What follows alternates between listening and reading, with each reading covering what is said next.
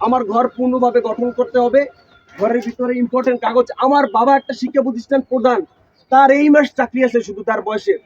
আমি আজকে লজ্জিত, আমি দেশের জন্য কথা বলেছি, আমার কাছে আজকে লজ্জা লাগে। আমার বাবার চাকরি এই ফেব্রুয়ারি মাসের 25 সালের ফেব্রুয়ারি মাসে 25 তারিখ কোনায় চাকরি শেষ, 28 তারিখ শেষ। আজকে আমার জন্য ঘর পোড়া হয়েছে। নিজে লজ্জিত, আমি কি করেছি? স্বৈরাচারের বিপক্ষে আমি কথা বলেছি, স্বৈরাচারের বিপক্ষে জীবন ঝুঁকি নিয়ে আমি কথা বলেছি, দেশের মানুষের জন্য আমি কথা বলেছি। হাসিনা তো বলছি ধানমন্ডি যারা পড়াইছে তাদের বাড়িঘর করে দেওয়া হবে। তো ঠিক ধানমন্ডি পড়াইয়া দেওয়ার ভাঙার প্রতিশোধ কাবির বাড়ি প্রথম হয়েছে, কাবির বাড়ি প্রথম জানানো হয়েছে।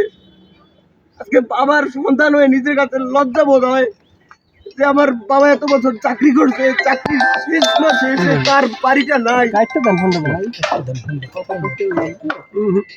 আমি কি 7 দিন পর দেখাবো? দেশের মানুষ, দেশের বিপ্লবী ছাত্র জনতা আমার সাথে আছে।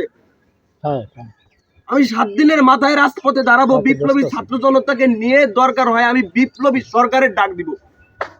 এই সরকারের উপর 60% মানুষ আস্থা হারাই ফেলছে। কি উচিত ছিল? আমরা যারা ফ্রন্টে আন্দোলন করেছি তাদের প্রোটেকশন দেওয়া দরকার ছিল এই সরকারের।